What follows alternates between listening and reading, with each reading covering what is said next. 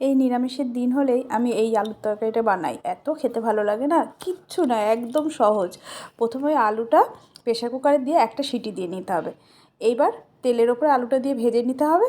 আর মশলার মধ্যে দিতে হবে পোস্ত, কাজু, জিরে, ধনে, লঙ্কা, আদা একসঙ্গে বেটে নিতে হবে।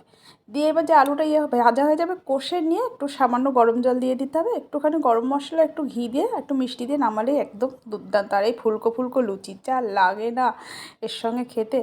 তো হয়ে গেছে। এদিকে মেয়েও এসছে, মেয়ে আবার একটু লুচি ছেঁকছে, ওরও খিদে পেয়ে গেছে। আর দুজনা মিলেই বসে আছে, আমার হাজবেন্ডও বসে আছে, মেয়েও বসে। যতক্ষণ আমার পুজো কমপ্লিট না হবে ততক্ষণ ওরাও খাবে না।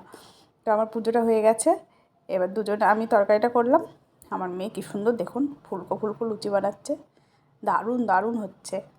তা চলুন খেয়ে নিই। বাই।